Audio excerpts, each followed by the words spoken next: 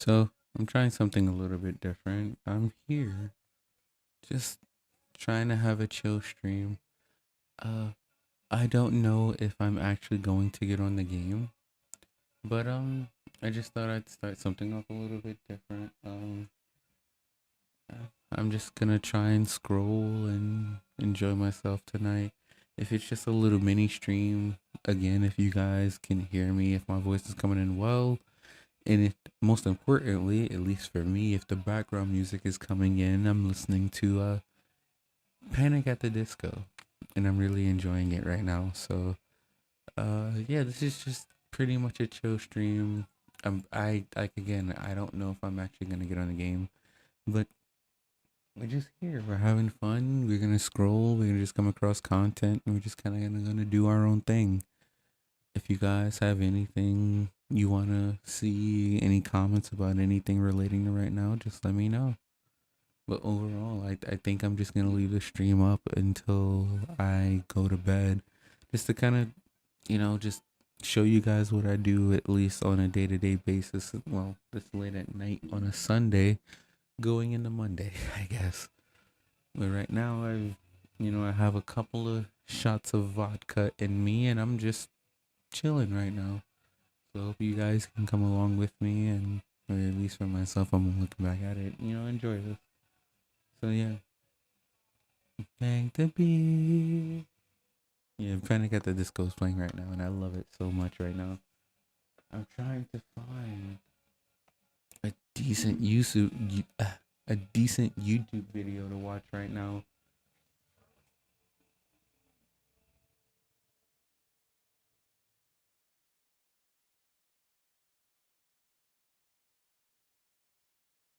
If I retreat, this for is symphony. Get me with taking over hair. If I retreat. See, that's my thing.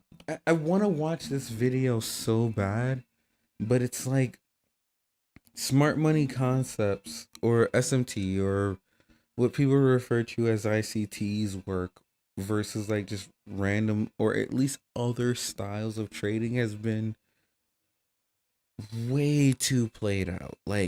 You got to understand that Smart Money Concepts is not the end all be all. What is it? Fibonacci is an end all be all. RSI, freaking Head and Shoulders, like all of the basics that make trading what it is.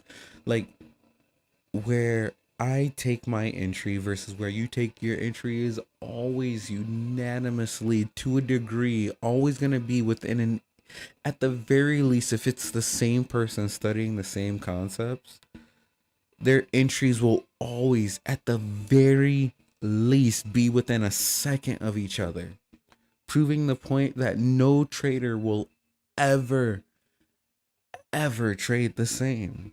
And that's why I hate this argument in the trading community now, because I get it. Michael has blown up on Twitter.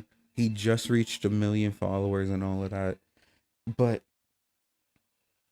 like people are acting like SMT is like trade or die. And I mean, I love SMT. I trade SMC concept. I trade SMC. So it's like, but the people that just take it too far are the ones that I'm like, stop glazing. Stop glazing, please. Please. If you're making money from it, that's good. Shut up and mind your business. Don't say that what you're doing is the end all be all, because then you just look stupid. Or it's like, oh, you can make more money by doing it this way. Shut the fuck up. Shut the fuck up. Trade how you trade, make your money. Like just like overall in life, do what makes you happy, you know? If it works for you, it works for you. If it doesn't work, if it works for you and nobody else, that's nobody else's problem. And you don't need to shove it in other people's face that what you're doing is working. That's like, come on now. That's ridiculous. Let's see if we can get Deadliest man-eater. I actually want to see this. Let's see what Multiple this is. villages would meet this horrifying You fate. can't hear The Spotify spotted because I devil don't got became Spotify so music. feared that after a while, people in the villages began to barricade their doors after sunset. I want and that. I refused to want step foot Chrome to outside, be a including decent to use the volume. restroom, Because I causing a don't health know. I crisis can hear in it, but I many don't know if you villages. guys can. And in its frustration, the leopard This would is begin to good enter enough. homes through They posted it a windows, day ago. roofs, I'm or by new to their any channel, means so let's see what they necessary, say. snatching people in the dead of night and dragging them into the forest to be devoured. It wouldn't be until the famous hunter Kenneth Anderson was called for help that the leopard would finally be challenged. Anderson was a notorious hunter that specialized in hunting big game animals, especially those that hunted humans. It would take him And you know what? On the first human kill, we're gonna take a shot here, boys and girls. Definitely take a shot. Because this is, I mean, because this reminds me of, I'm following somebody else that does stick figure animations on YouTube. I can't remember their name right now. I'm like a few shots in, but I like them, you know? So this is what drew me to it. So this is interesting. I can see why it popped up in my suggestion. So let's 3 check it nights out. to finally come face to face with the cat, where he would be woken up in the middle of the night by a stray dog that he befriended that night, when it began to violently shake with uncontrollable fear. And when Anderson looked up at the roof, he would catch a glimpse of the devil before losing it in the darkness. He then began to actively The search for devil? the cat, and after a few minutes had gone by, Okay, that's he would very be alerted interesting by a to state. bark What from the, the stray what the dog, fuck is that? causing Anderson to quickly turn What is around and see that? the leopard charging straight at him. And in that instant, he managed to let off 3 shots from his .405 caliber Winchester, killing Gang, the gang. cat in its tracks. Supernatural saved his After life. examining the body, Anderson would discover can get this bad porcupine boy full quills screen. lodged between the toes of the leopard's foot, an injury that prevented it from hunting its natural prey, resulting the animal to turn to human flesh. As for the stray dog that Anderson befriended during that hunt, he would actually go on to adopt him. Number 7, the Tigers of Chowgud. This was a pair of Bengal tigers. I'm sorry, consisting what of are a we full watching? tigress Am and I her young watching a adult countdown? cub, which I don't- over the course of 5 What the years fuck? managed to The accumulate deadliest man eaters to 64 ever. Okay, so I confirmed probably am watching a kills. countdown. This I'm all sorry. took I'm, place in the Kumal division in India Okay. from 1925 through 1930. The pair of tigers would turn a 1,500 square mile mountain region into their own personal hunting grounds. This terrain would include multiple villages which they actively hunted. They would alternate attacks That's from fucked village up. to village, I ain't even as gonna this lie, like, tactic allowed if them to catch the imagine- villagers off guard. And after 3 years of pure hell, the locals began to reach out and seek the help of Jim Corbett. Jim Corbett Hell was an yeah, Indian-born you gotta get British somebody to hunter who handle those wolves, specialized in hunting goddamn. man-eating tigers That and is something. leopards. I'd But be to on catch it like this white pair on of rice, but I tigers, it can would take understand this is the Corbett 3 1920s. separate hunting trips that spanned over a period of 2 years. Eventually, on his 3rd trip on the 19th day, he would finally come face to face with a pair of tigers. He headed to the small village of Kala Agar, which was the last place the tigers were known to be. There, he began to hang buffalo meat as bait in the hopes that it would lure out the cats. While on post, Corbett would be alerted by a companion that they had heard the lions nearby. And before he knew it, he would turn a corner and catch himself standing right in front of the tigress at a distance of 8 feet. She was sitting next to a large boulder when Corbett would take the shot, killing her and putting an end to the attacks. He would then kill the young adult cub shortly after. Upon further investigation, he would discover that the tiger's claws and canine teeth were broken and her front teeth completely worn down, causing her to turn to humans as her primary source of food. That Number makes 6, sense. Osama That actually does crocodile. low key This make was sense. a I'm not even terrifying gonna lie. crocodile that lived on Lake Victoria in Actually, Africa hold on. from It's- the years let me see if I can turn the 1991 audio through up, 'cause I don't know if you guys can 2005. fully It hear is it. I believed don't- that this one crocodile has eaten over 83 people. It's very difficult to confirm these numbers since the crocodile would oftentimes attack people that were fishing alone, and of course would consume them whole. There have been multiple instances where pieces of clothing would wash so we ashore saw some- from well, someone we who didn't had see a person recently die. went I missing. mean, we saw one But person die sadly, just now, ripped so I pieces guess we of could take a clothing shot. were That'd not be the only thing to wash ashore. Sometimes an arm or a leg would too. The locals have even reported seeing children dragged from shore after attempting to fill their buckets. But the horrifying nightmare doesn't stop I heard there. like The crocodile old would folklore even of, like, develop things the of, like, that skill happening of in Virginia. capsizing boats Hold on. by slamming the Like- boat from underneath, sending the fishermen flying. Like, I used to hear like stories from my dad, and he would be like, "Yo, you gotta watch out from them gators and all that in Florida, because like they literally would drag people off of beaches and just eat they ass." I was confused. I never wanted to visit Florida for like majority of like my childhood, because I always thought that if I ever went to a beach, I could just be chilling, whether or not I'm making my little sand castle, making little divots from the I'm from the shore out to like my castle, so I can have like a little moat around my castle and all of that. But whenever I would never do any of that crap if I ever decided to go to Florida when I was younger. I told my dad adamantly, like, if we go to Florida, I'm not going to the beach. We're not doing that at all. But we never did, though. I mean, I ended up going when I was older, but it was still it was interesting and kind of silly folklore to go through. Into the Oh, damn. water, becoming easy lunch. This crocodile was such a menace that he would oftentimes just launch himself vertically out of the water and belly flopping directly onto people's boats, clamping Who onto is this fishermen's man? legs and The dragging them into the Megalodon? water. God. And out of all the people this crocodile attacked, only 15 of them would survive to tell the tale. But thankfully, in 2005, died, the though? crocodile would finally be caught, where he was then killed and made into luxury Damn. handbags. Number 5, the man-eating leopard of Rudraprayag. The first attack came in Talk about your 1918 in contribution Benji to village in society. the Rudraprayag district of India. This would mark the start of a can't live bloody here and for gruesome free. killing spree that would last 8 long years, leaving 125 people dead. Damn. During this time period, very few people would even dare to step So was that outside less of their than homes 10%? after Well, sunset, just a fearing little that bit the above leopard would be 10% waiting for them outside, People have as lived he and often kind of would. told the tale. Since he preferred the that's- taste of human interesting. flesh over anything else. And when people stopped going outside, the leopard began to adapt. He would begin to break down doors, leap through windows, and even come in from the roof, which were made Goddamn, from plants. Spider-Man. And once This is a inside, he spider would grab the leopard. person Holy and fuck. drag them out to the dark forest, where he would devour them. After hundreds of people met this fate, units of Gurkha and British soldiers were sent in to track my the God. animal down, These stick but failed figures are miserably. insane. The British government Jesus. even offered a handsome Jesus,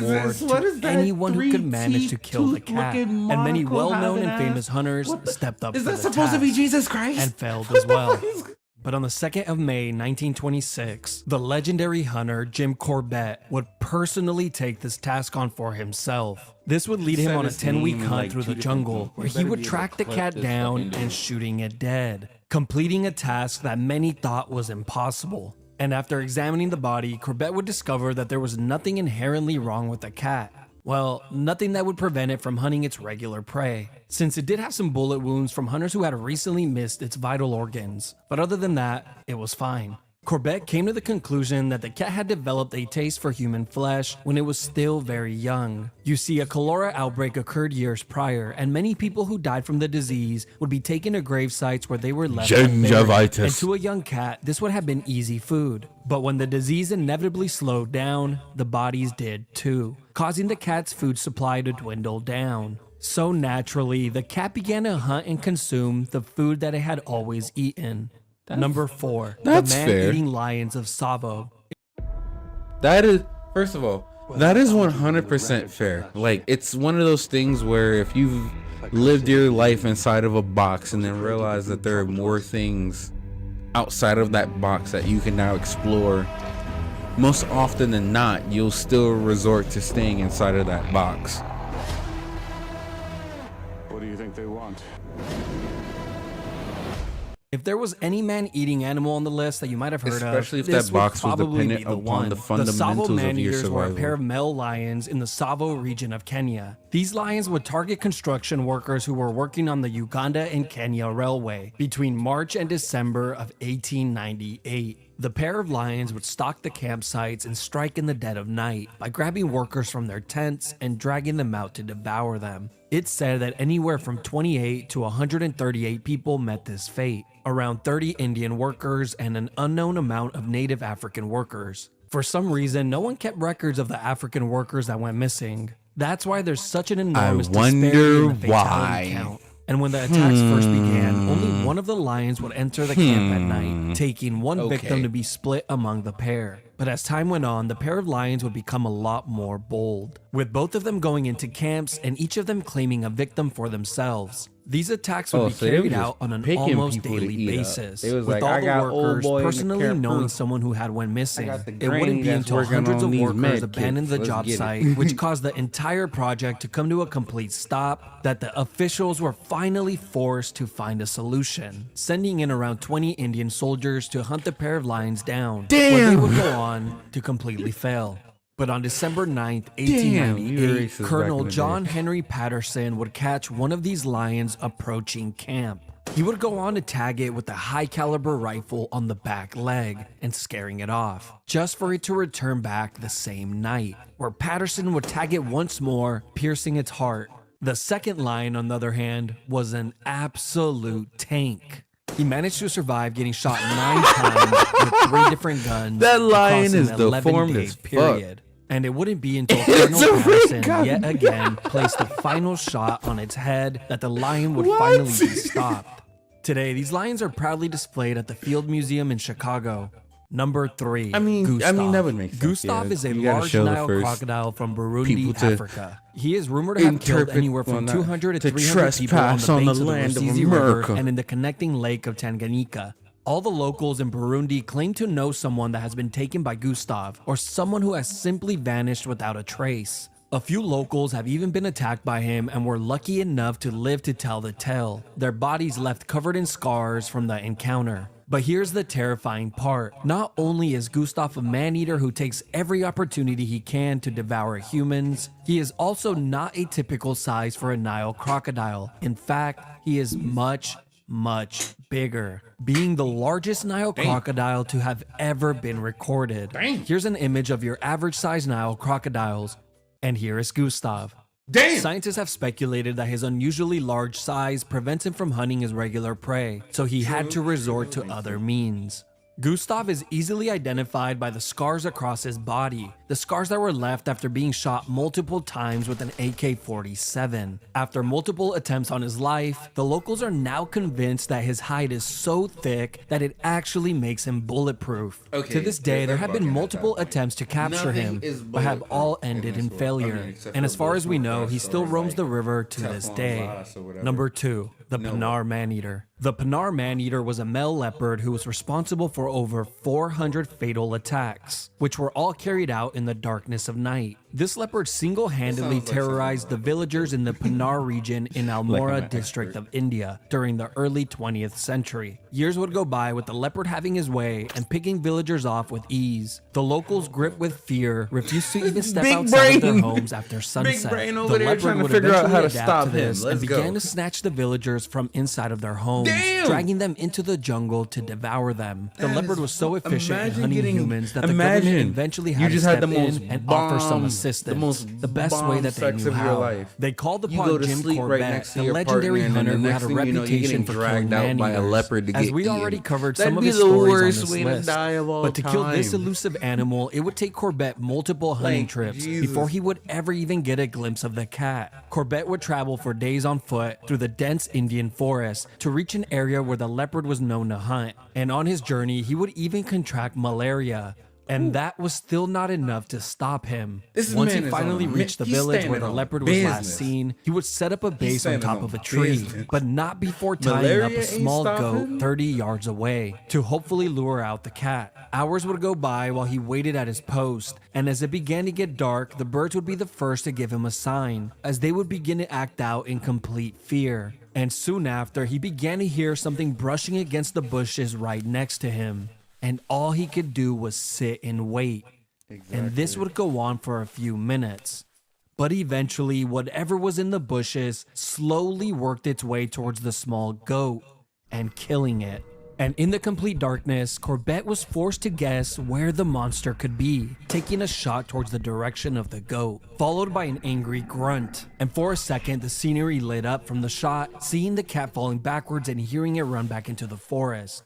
The villagers were persistent missed? and convinced Corbett to track the animal down that night instead of How waiting do for the you morning miss? like he I wanted. mean, He told them you that know, the only way he would do it is if again, they promised to this is hold like their the ground if they early came or across the late beast, 1800s. as I they gotta would be the remember, only guns source of aren't light that he accurate, would people aren't have. accurate. They agreed and promised. you They would then blasted begin a to track the whole blood trail fucking- left from the cat, following Ain't the no trail way, through the Chief. jungle, when out of the darkness the cat would emerge, charging straight at them. With the local villagers running for their lives, and in their panic we they gonna get began another to death? trip over one another, dropping the torches to the jungle floor. And in the chaos, Corbett would take multiple shots at the leopard and killing it.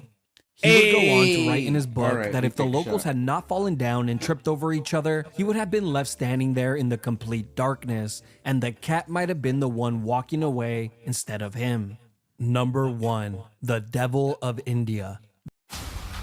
Captain Marvel. Miss Marvel. Captain Rambo. Fury.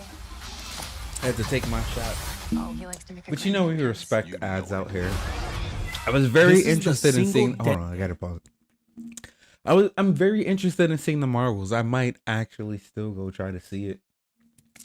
I'm not too sure in what. I mean, if Hideo Kojima can write an essay about a movie that's not a AAA, and then say, "I saw the Marvels" and gives a thumbs up right after. I mean, I'm not glazing Hideo, but you know, he made some suspenseful, some good video games, so I would not doubt his opinion. So, Deadliest animal to have but ever I still, lived. but I still want to see the movie overall. I'm probably still gonna end up seeing the Marvels at some point, but I'm not eager to see it.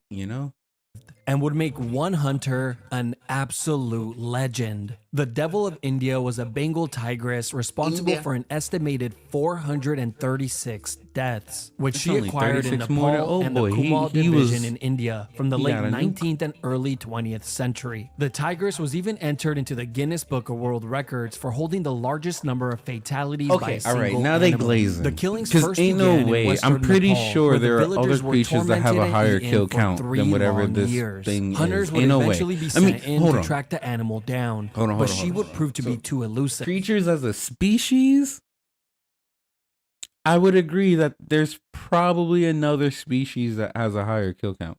If we're talking about human kill count, that's a different story. And then on maybe just an individual character of species, maybe I'm completely out of loop of understanding what the fuck this video is. I mean, I am about like 3 or 4 shots in, but like, and I was not taking a shot for every single kill these creatures got. You guys are bugging, but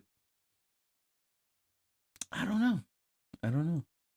Eventually, the Nepalese army was called in, and they would succeed in scaring her away, forcing her across the border and into India, where she would continue to hunt for humans in the Kumal district, rotating her kills between multiple villages, picking anyone off who would venture into the woods. And since all the kills were done in broad daylight, this would leave the villagers completely paralyzed with fear, preventing them from working and leaving their homes. This nightmare would last for a dreadfully long 4 years, but eventually a handsome reward would be offered to any man who can manage to kill the beast. Imagine if we were surrounded by like issues like this today. I mean, we live in the conventions, in the comfort of like cities and suburban areas, and like general, at least well, I'm from America, but like at least in general speaking, there's a large populace that would exist almost anywhere in the world of at least maybe 1,000 people, and then on top of that, at least 0.001%, one person in that bitch owns a gun. So it's like, imagine if there was like a leopard just hunting like New York City, but he was so aloof. Like, where would he hide? I think like a leopard like that was so accustomed, they would probably like they probably hide in like, no, they can't hide in a train station. Where would they go? What would be like their main? They would probably hide out. You know what they do? You know what they probably do? They'd hang out somewhere like close to like where like a lot of people hang out. So it'd probably be like either downtown or it'd be like Manhattan and like lower Soho where it can still get water and it has the entire pier along that strip in order to just chill and then go eat people. That'd be beautiful. Imagine like a leopard attacking you as you're coming out of Mad Cats in Midtown. You would be upset. Not only upset because you probably thought you was gonna get some that night, and then a leopard just eats you. I'd be mad too. I wouldn't be fearing for my life. I'd be upset. I'd be upset. Just like any other New Yorker. 100%. Beast. Many well-known and famous hunters would attempt this task, but would all return home with a taste of defeat. But in 1907, a young and unknown 31-year-old hunter would take this challenge on for himself, and surprisingly, he would refuse the money, as he accepted the task simply to help. He would begin this hunt with a let's get 4-day it. trip I on like foot it. through the dense jungle before reaching the town where the animal was last seen. On arrival, he would be shocked to discover a ghost town, since everyone was locked inside of their homes, with the locals claiming that the animal had been roaring in the nearby jungle for the last few days. The young hunter would then proceed to the don't site where the mean last victim was nothing to taken, me. discovering nothing but a few of the victim's bones. While investigating, word of a new attack reached the village. It was from the neighboring town. The hunter quickly set out on foot once again, but by the time he reached the town, he would discover that a newer attack had just taken place. He would reach the new attack site and began to follow the trail of blood, seeing nothing but a small glimpse of the tigress on the horizon. But he was forced to abandon the pursuit, since nightfall was but moments away. The following morning, the hunter came up with a plan. He instructed the villagers to make loud noises by screaming and banging pots. As he began to walk through the dense jungle and working his way to the grasslands at the edge of the forest, the villagers would begin to make noise too soon. The hunter was left with no choice but to run as fast as he could through the dense jungle, slipping and falling on rocks and roots, I trying gotta to stop. I gotta stop right there. You had one job. You had one job. And you somehow managed to fuck that up because you're afraid?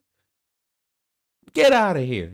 Like, just yell when I tell, like, imagine. I'm here to save you. All you gotta do is bang pots and pans at this time.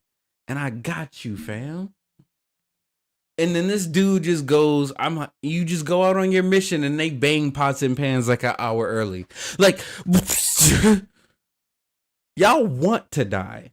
Y'all must want to die at that point. Like, I can't. Who are you? Again, I get it. It's the early 1900s, but like, it makes me understand. We've always been stupid. Like, as humans overall, I guess we've always been stupid. his best to get to the edge of the forest before the beast. Once he finally arrived and out of breath, he feared that he might have missed her. He waited for a moment, catching his breath, and she appeared, walking out of the forest like he predicted. He would ready his rifle and take the shot, wounding the animal on the back leg. As the giant cat began to climb over a rock, the hunter took his second shot and missed. With the cat over the rock and out of sight, How you miss? the only option How? left was to track her down. How, Once he climbed Kel? over the rock How? to see where the animal had gone, she would instantly appear standing on top of another rock where she would begin to charge him head on. And in that instant, the hunter would let off his third shot, sending the animal from a complete charge to collapsing onto the floor. Laying on the Let's grass, get it. she would take her last and final breath. Upon inspecting the body, the hunter found that the tiger's top and bottom jaw were completely broken. Okay. A hunter long ago, before she was ever a man-eater, attempted to kill her for sport, permanently injuring her, preventing Okay. the animal from hunting and Okay, all right. eating her So hold natural on. prey. So at that point, it's fair game. If like, I'm a big proponent on if you don't fuck with me, I don't fuck with you.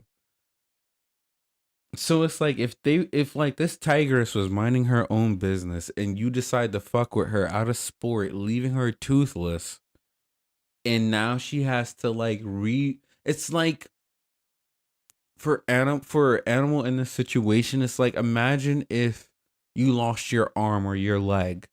Now you have to completely reroute how you go about, being successful in life, how you go about maintaining your status quo or even achieving more as a person. And if you do that to any other creature, the odds of them trying to, again, logistically figure it out is not uncommon. I mean, we saw it in the other one, but overall, like, I wouldn't be mad. That 490 something kill count, if like all of that was due to like maybe again what that hunter did, she gotta eat. Instincts overwrite and override like nature versus nurture, essentially. So nature will always overwrite nurture. So it's like, even if you taught her to eat something else, that tigress to eat something else, they'd probably still go for humans. I'm not saying that they would have, but the odds of it, proportionately speaking, that they probably would have still went for humans. So that's kind of fucked. I feel bad for the tigress now. I'm not gonna lie, but let's go. Prey, resulting in her having to resort to eating humans as a means of survival. But after 7 long years and devouring over 430 people, the nightmare would now come to an end. The people from countless villages would finally have true peace and their normal lives return Better to them. glaze that, And for the hunter. young hunter who killed the beast, he would go down in history as one of the most prolific hunters to have ever lived. He would be remembered for generations and would even have the first national park in India named in his honor. This 31-year-old unknown hunter was no one other than Jim Corbett. This man is a killer. In a good way. I mean, yeah. I mean, in certain situations, I mean, out of the entire list, that was actually pretty good.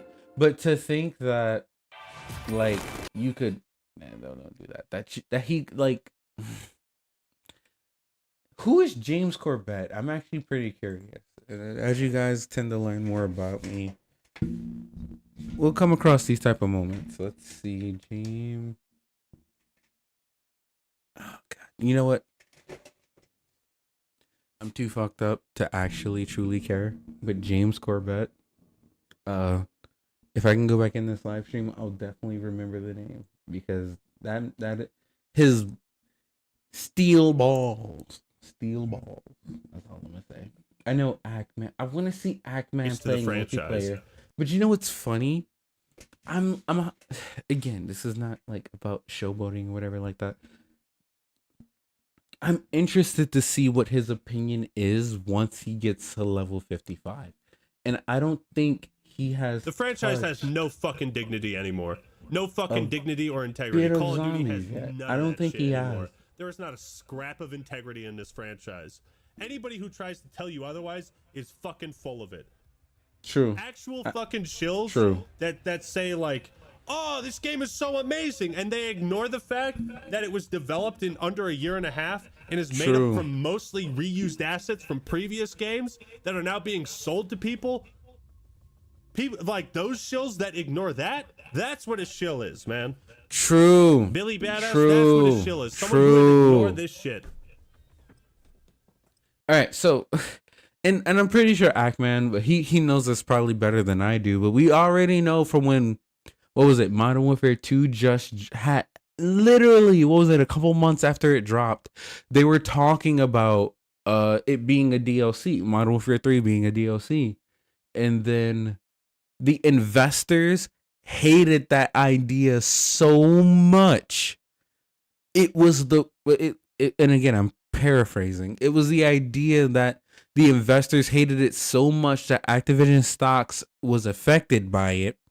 And then they eventually said, no, we're making a full title that is a continuation of what happened in Modern Warfare 2. And it was like, okay. And I think, again, that was at the beginning of Modern Warfare 2's life cycle. Like, Activision already had that plan for themselves in the bucket. But the thing is, 9 months later, I mean, I love Charlie Intel. I love him. I follow a lot of the leakers on Twitter. But for Charlie Intel to at least treat it like this is a brand new fucking game, when he himself reported that it is in fact a DLC. He even leaked the rumors of the investor calls talking about it possibly being a DLC and them being upset. Like, you can't sit here and like ignore, like, okay, with the, okay, it's a double-edged sword, at least to me, in my opinion, because like Modern Warfare 3 is a double-edged sword in a sense that you knew it was going to be DLC. Anybody that sits here and tells me otherwise is a, like, you don't know. You can't comprehend to say that, to sit here and tell me that Modern Warfare 3 wasn't a DLC. Well, it was. I knew it. I knew Modern Warfare 3 was going to be a DLC before Ranked dropped on Modern Warfare 2. That should tell you a lot. and again, I don't know if you guys know me well enough. I've been playing Call of Duty since Modern Warfare 2 OG 2009. And even then, at that point, I was so in love with the game. I wanted to go back and see what Call of Duty actually was. And I ended up playing World at War, COD 4. I ended up even playing 3. I didn't get into 2 and I didn't get into the original Call of Duty. I'll admit that.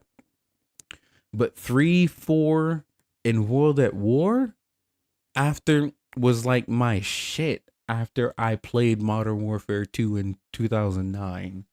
You don't understand. Like, that shit was raw. Oh God, that's a classic. If you don't know Ra, oh, call sign. But overall, like it is what it is. I'm not knocking Activision for doing what they did. They had to again release their annual signature Call of Duty, but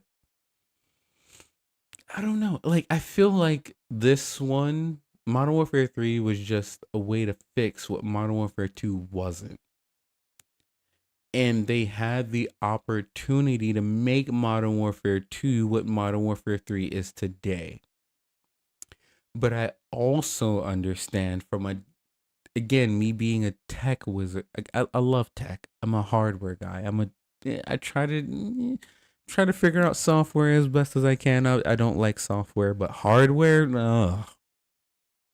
I'll glaze you on that. But either way, I get it.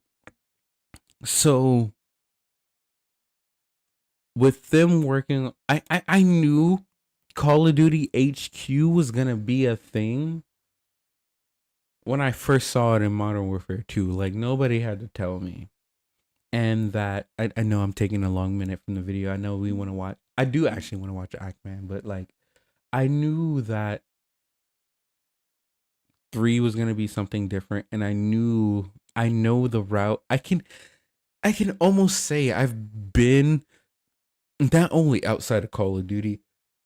I've played League of Legends. I've played not League of Legends again. I've been drinking. I've played World of Warcraft. I've played a lot of other Activision IPs to understand where the idea of how they want their IPs to behave. And it's interesting. Well, what now under Microsoft, it would be interesting to see how they behave. But knowing what was going to happen to Modern Warfare 3 was nothing new to me, even before Charlie Intel reported it. Because I knew, because of sales, Modern Warfare 2 was supposed to be a big figure. Comparative to like 2009, it was definitely supposed to be a big figure, and it didn't. I mean, inflation, people, life, and all that, like, numbers are gonna do what numbers do. But to be the outstanding success that they expected Modern Warfare 2 to be, it didn't happen. And then the worst off, what is Daddy Activision telling Infinity Ward, fix your shit? And them telling Activision, we're trying, and them not actually trying. I mean, it creates that disconnect to where, like, there's no, I want to say there's no love. I've seen a lot of indie developers with love, but there's no love in AAA titles anymore. And not just Call of Duty, Assassin's Creed, well, we haven't had another Team Fortress game, but Back 4 Blood was one that tried to make it new onto the scene. And I'm not going to knock Back 4 Blood. I love Back 4 Blood. But the IP love from Valve and what they did with Left 4 Dead 2, it felt like they were trying to beat and overstuff themselves. Not beat. They were trying to overstuff Left 4 Dead 2 instead of trying to outbeat it, if you know what I mean. So you see that a lot, and I'm not new to the cycle of how games are made today, but just fuck. Dude, who cares? Who cares? I care. I care about Call of Duty. You're in this stream. You probably care about Call of Duty. You know? If this was like $25-$30 expansion, that would probably be okay. I'd probably be okay with that. But they are charging. They framed this to be a new game when it's not. When it's clearly not. The fact that they are trying to deceive you, me, and everyone in this chat that this is a brand new game, that's what's the fucking problem. That's the fucking problem with this game. If they were just honest and said, this is an expansion, 25, 30 bucks, nobody would. I muted my mic for 2 seconds. I love Ackman, but he's wrong. Activision themselves didn't say it, but reports did state that it was a bona fide DLC. Bloomberg stated that it was a bona fide DLC, and that's what made investors mad. And it's like, the switcheroo, again, within those 9 months, that switcheroo is what most people kind of like. It was kind of like a Men in Black moment where it was like, oh, look at the little light right here.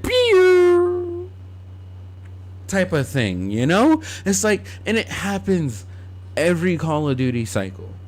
For the ones that get it, they know. Like Ackman, he knows, but he's not into the information. I trade again, so I have to be on top of a lot of the things that I trade and the instruments that I trade. I have to know what's going on with them. So when Microsoft did what they did with Activision, when I was doing everything with Activision, I was watching the stock of the NASDAQ. Like I even though like it's a small little chip in the NASDAQ, but like fuck, I know, I get it. And it's like, they said it. The only reason they're not referring to it as such is because of investors. Like, the terminology changed. We can all agree. The terminology of what Modern Warfare 3 is changed. But what it's supposed to be is exactly what the fuck it is right now. a better version of Modern Warfare 2 with everything that everybody asked for. And I'm throwing up quotation marks because it's like, how well are you going to fit that? And they're also trying to build their ecosystem of having, and I don't blame them for this, but having all the games in one singular menu where the titles just launch into one another. That's pretty dope. Imagine owning Call of Duty HQ and you don't need Steam. You don't need Battle.net. And you can just launch into all your titles. Not only the new ones, but the old ones. And I'm calling it now with what they're doing with HQ. They're gonna fucking build this HQ to where you can launch into all, not only the new titles, but the old ones. And everything is seamlessly integrated to where you can possibly, even most likely, use a COD 4 M16 in the newest Call of Duty iteration. If it's not to that extent, they're trying to make this seamless merge between all the titles. They're gonna try to make that happen. They're trying their best. They did it with Warzone 1 and it being like the foundation for, what was it, Modern Warfare 2019, Cold War, and Vanguard to kind of integrate into. And then Activision thought, let's not integrate into Warzone, let's create a simple foundation where everything exists. And I fuck with it a lot. I like it a lot. But if you're gonna do that, make sure you have the heart going forward with every other one of your games.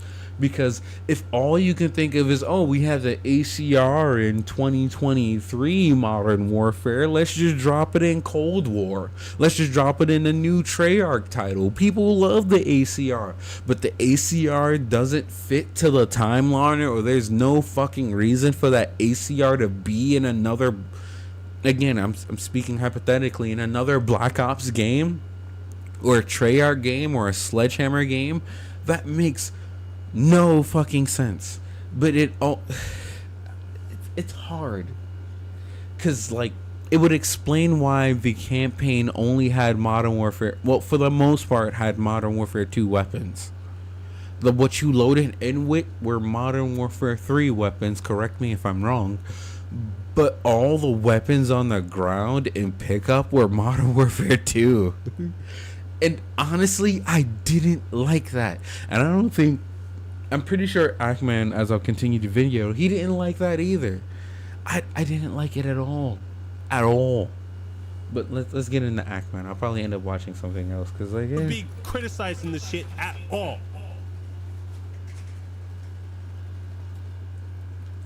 Now, let's get back to Rush. Taking effective fire!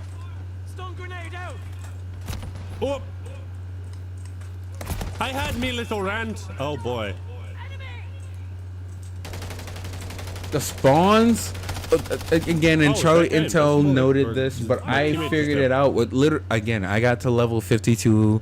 I'm a no sweat, I'm a no life, I'm not gonna sit here and lie.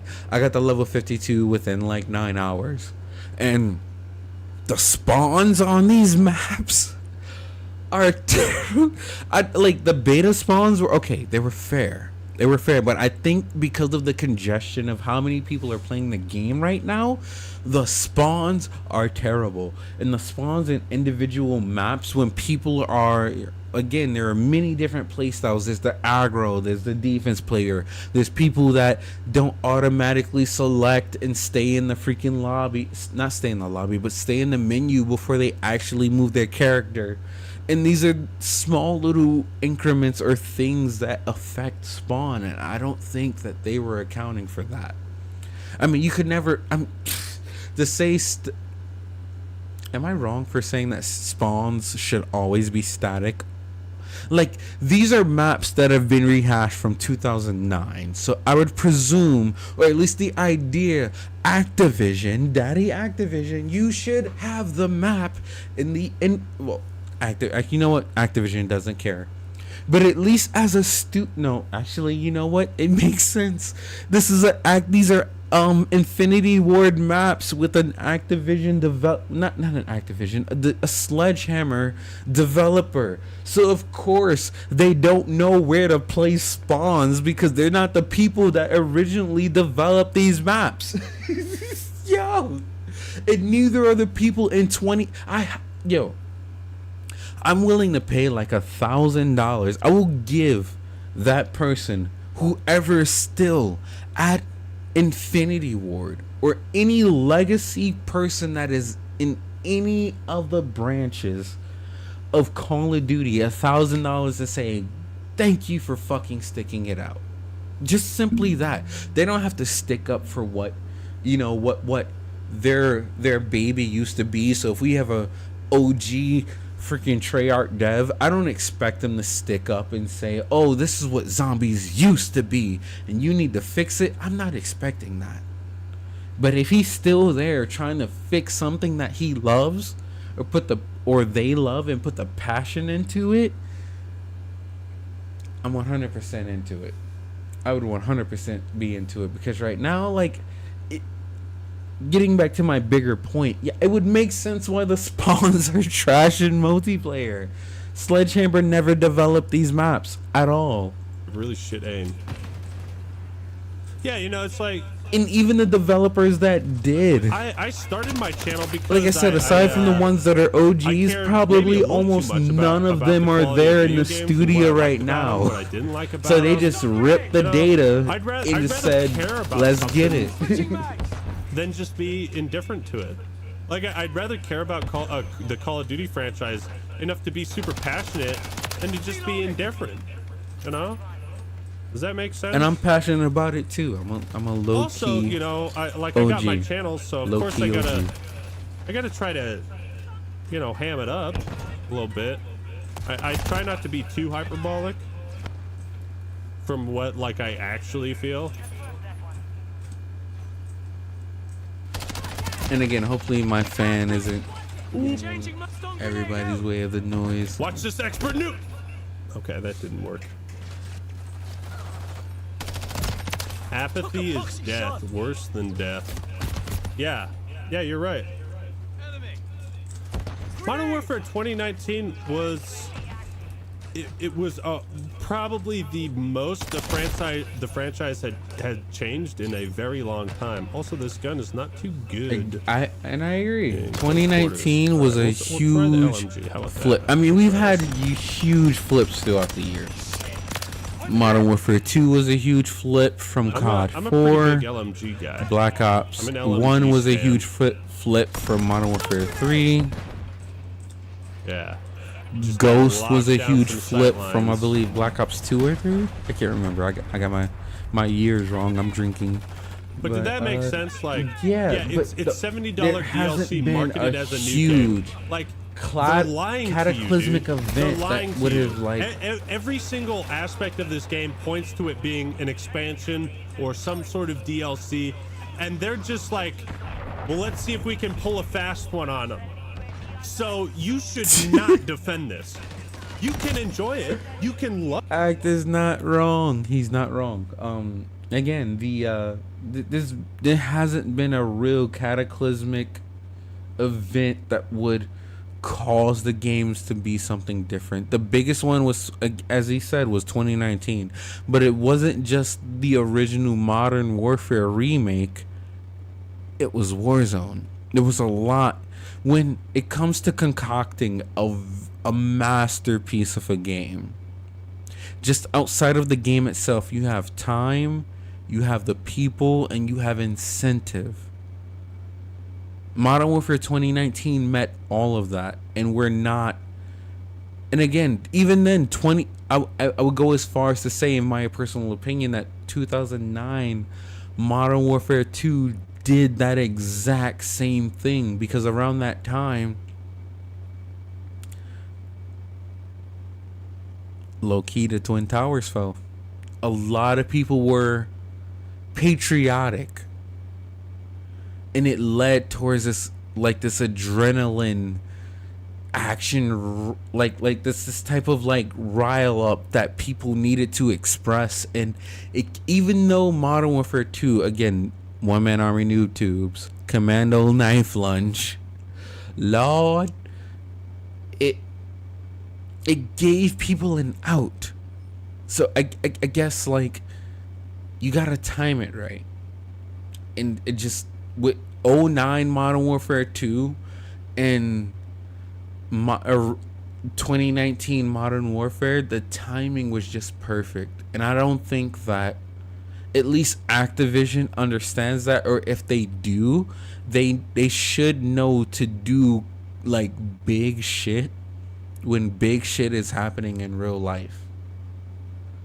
And it's not to discredit them and say that, oh, it's an opportunity for them to release trash, because they're still I mean, again, popularity. Overall, it's not a reason to release trash. So I get it. And we're in an age where people are finally picking up, people are dusting themselves off of the heel of C19 and just figuring it out. So if a game can give them that casual, light experience and allow them to do stuff that is great again, pun again, it'd be dope. And I think that's what they're targeting. I think they're trying to be a little too meta with their titles instead of, again, trying to really give their titles the love that they need. They just need love. I've said that since 2019. All the titles need is a little bit of love. Love this game, but don't fucking defend this if you have any respect for Call of Duty. If you actually care about this franchise, you should not defend this. Do not defend this. Enjoy it for what it is, but also realize that like they are trying to scam you. Like, 100% agree. Check your fire. And with that, this game, we shall take a shot. honestly, it pisses me off more than any other Call of Duty, I think. It really does. Because like on a principled level, like Vanguard, I could say, yeah, you know, that's a $60 game. I don't like it, but there's enough new in Vanguard that, you know, that's a $60 game. COD World War II, there's enough new there. There's not enough new here. This is just cold fucking. This is a Not parting enough gift new. from I think Bobby that fucking is the best Shitdick. phrase to encapsulate what Modern Warfare 3 is. It's not enough new. How's the multiplayer going so far? You know, I'm having a decent time, Reloading. but I'm just kind of talking some shit right now. Everybody's been talking shit for the first like 2 weeks of this game. Everybody's been talking shit. If it's not a guide, you're talking shit. This gun has. That's how it works. That is 100% how it works. And again, I'm not mad at you, Ackman, for doing what you gotta do. And again, I was in Jujutsu Kaisen earlier, so let me actually clear these tabs. I should clear these tabs. Oh, they played Modern Warfare 3? Oh, that's gonna be dope.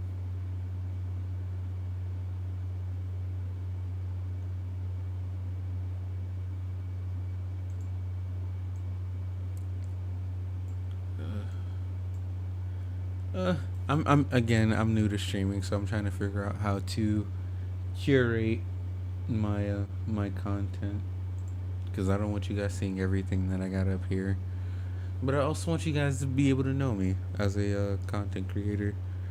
I mean, I'm trying, and whoever's watching in on these early streams, I appreciate you. I love you. Thank you for, if anything, you left a like, maybe you subscribed. But I'm just chilling here. If you want to interact with me in the chat, that's fine with me too. Oh, this is interesting. So, I had recently watched Hello everyone, good morning, and I hope your day is going well. Have you heard of Five Nights at Freddy's Sister Location? I was reminded of it recently when a number of videos started. If this what you wanna... I'm sorry, Tombstone. Oh, you know what's funny? It wasn't... I didn't accidentally fall into Tombstone. Like, my stepson put me into that, and I've loved it ever since. Started popping up, critiquing it. My feelings on the game itself were pretty sparse, but I did have a Lord. very distinct I'm sorry, I can't memory sing. of I'm not gonna sing. developing an opinion on one character in particular. See, when I was the tender young age of in high school, I watched quite a bit of game theory. And in one of his old FNAF Game videos, Theory. that playlist is a mile Love long, this, man. The not to get FNAF. into it, Oh, I was the so Fox involved in that Patterson too. makes a joke about Ballora and Balloon Boy not having any fans. You'd be surprised how much spite you Yeah, can Balloon summon Boy from needed behind more love, and just he one definitely got that sentence. love in the I movie, think without up a until doubt in that my mind. point, He got I that really love. had a very He got it. dancer aesthetic, but with that Small, one sentence, but I decided short, that but very Ballora important. was my favorite of all time, and nothing anyone said could sway me from that. I read with captions. This I'm didn't have any sorry. effect I on my have the life stupid. because I didn't Can really I? talk to Do you anyone have about my captions? interests, but If you do. seeing all these retrospectives made me reconsider. My appreciation started from a place of defiance, but I felt like I genuinely did like her the most out of all of the Funtime animatronics. So I decided to do a little digging and figure out why. So I started writing a video about why I liked Ballora, and in the spirit of academic honesty, I decided Ballora to place is a low-key solution. unappreciated. It'd be pretty dumb of me to try and make a video about Ballora when I didn't And- play the game she was from. And, of course, to the surprise of no one except me, I developed opinions when I played this video game. And unfortunately, not all of them are positive. Just like By the time I opinions finished are with the like big science, assholes. I had so many Everybody different has things I one. wanted to talk about that I knew I had to expand the scope of this video. So this is no longer just Ballora is cool and here's why. I think if Ballora had been better utilized in Sister Location, we would have gotten a game with a much stronger story. And on top of this more interesting story, Isn't we there could a build video ourselves a out more with interesting gameplay experience as well. Somebody doing a little bit more To info explain on the what I mean, Ballora there's and going to be a realizing bit that of she may be an preamble. important I want to character go over the as in game terms it of currently stands dealing with so that Henry we can Emily. better understand the changes that I'm proposing and how they would improve the overall experience. There's quite a bit we have to go over, so let's not waste any more time. Grab a snack, get comfortable, make sure to have water handy. It's time. Hold up. I gotta talk about my headcanon for like 2 seconds because of this intro. So I don't know how much of you know, but if she's inside Baby, is this intro before she got scooped by Baby or after? Because if it's after, William Afton is a sick fuck. He's 100% sick. I get it. It may have been her daughter, his daughter, but like, don't do that. Don't do that. Like, oh, that would be so horrible to I mean, I would presume, at least from what Scott Cawthon has said about Mr. Afton, that he's at least has some type of moral compassion within himself. And if he did this after Elizabeth got scooped, he's a mad lad. 100% a mad lad. 100%. Time for us to have a little chat about Sister Location. Sister Location was an incredibly popular game when it first released, and still is today for quite a few reasons. It came directly after FNAF World, which was pretty universally canned and despised by the community, so even though its gameplay is almost nothing like the other games in the series, it was enough not like FNAF World and enough like the previous ones for people to kind of embrace it. In addition to this, it had a much greater focus on lore than the previous games did. Well, that's not entirely true. All of the FNAF games have had their secrets and stories to tell, but Sister Location was the first FNAF game that I think really tried to be clear about what was going on. And in a series where clues for what's happening are usually given with randomly appearing newspaper articles and mini-games you get by I'm gonna grab me a snack for a few seconds, so you guys enjoy the video. I mean, I don't want to pull like a Hassan or a XQC, but literally I'm just gonna be like a few seconds. I want you guys to enjoy the video. I don't want to stop. I'm 100% interested in it, and the best part about it, even though my mic, you guys can kind of pick up the buzz from my cooling unit, I can still hear the video without, you know, you guys getting double audio. So I'm gonna let the video play, and I will be right back. punching the wall a bunch of times, I think the transparency was appreciated. On top of that, the animatronics actually talk to you in this game. Dialogue wasn't anything new in the FNAF series, RIP phone guy, but dialogue from the monsters trying to kill you? Pretty new concept and very intriguing for the time. Of course, hindsight is 2020. This game and its transparency had a massive impact on the franchise going forward that has really started to come under scrutiny, especially recently as people have been trying to make sense of all the retcons and complications introduced by Security Breach. I've heard it said that this game is where the FNAF lore started to really go off the rails, and while I can't disagree with that statement, I also need to be honest and say that I'm kind of a fan of one of this game's most divisive concepts, that being Michael Afton's death and not death. Yes, getting your insides scooped out so a bundle of wires can puppet you around sounds ridiculous when you say it verbatim, and it's kind of a different genre than the original angry child ghosts or haunting stuff, but the idea of getting killed in such a violent, grotesque manner, only to realize after the fact that you can never truly die and you're trapped in your own steadily rotting body, is a viscerally disturbing concept that I wish had been explored more in some fashion. We make jokes about Michael Afton being a zombie and getting fired due to odor, but that is a legitimately existentially terrifying existence that really intrigues me to think about. And Michael having enough of a sense of humor after all that to draw himself killing Freddy Fazbear with laser eyes? It's great. I love it. I can really get into a character like I'm back. that. I threw some spaghetti Of course, in the this microwave. one really cool concept that I like comes with everything else in the game. I said that people liked this lore for being clear, but I think people also disliked it for how strange people found it.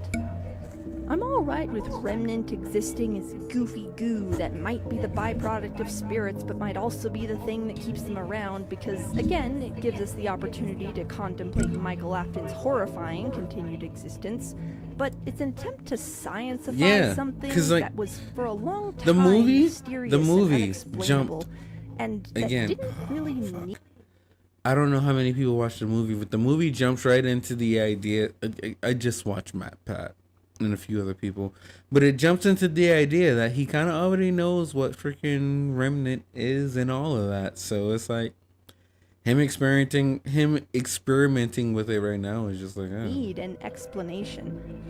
When a story decides to retroactively make supernatural events explainable by science, it can sometimes feel like the narrative is insecure in its existence, and I tend to check out a bit.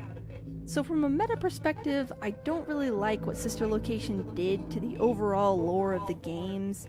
It leans a bit too sci-fi for me. But I'm very attached to this one specific concept, so I don't feel comfortable saying I despise the lore of Sister Location altogether. Overall, the lore this game introduced was exciting and new when it came out, and has slowly become more divisive as time has passed. Some people love it, some people hate it, some people chop it into bits and only take the pieces they like. But these are opinions you can form without technically ever actually playing the game. Regardless of how you feel about the lore and story of Sister Location, it is still a game, so the experience someone has while playing it should be taken into account when talking about it. As mentioned in the intro, I have now played the game, and I have to say I wasn't terribly impressed with the experience I had. I think if I'd been playing this game blind, I probably would have liked it a bit more. It has some scripted scares that might get you the first time around, and the novelty of the character dialogue is pretty potent. But Sister Location came out nearly True. 7 years ago, and I watched Markiplier pretty religiously. Oh back my then. god, This I'm game so didn't old. really have anything it could surprise me with. The game Oh, can I'm be engaging even if you so know what's coming, old. but Like, in the case of there's Sister no, Location, no, I don't think like the core gameplay FNAF is fun series. enough for that to be the case. I'm not that I'm going old. to be going through each night Please and what I liked stop. and disliked about them. Others have gone into much Oh, greater God. detail on I all hate these dating nights, myself so even so though I think much. it's important to make my own thoughts clear, I'm going to try and be efficient in the way I talk so I don't sound too redundant. Let's get going, and hopefully we can get through this as cleanly and painlessly as possible. Night 1 is never really that bad in any of the games, and Sister Location is no exception. You can't die in Night 1, okay, and it really so just serves as an this introduction to okay, the okay, location okay, and so I gotta tone. pause this for 2 seconds. This is what makes Markiplier the king of Five Nights at Freddy's. He, as far as I know, and correct me if I'm wrong, he was one of the few people to beat Sister Locations where you actually have to maintain those screws. He did it before the patch. Before the patch that made being stuffed in that animatronic suit so hard and the patch made it like easier, like way easier.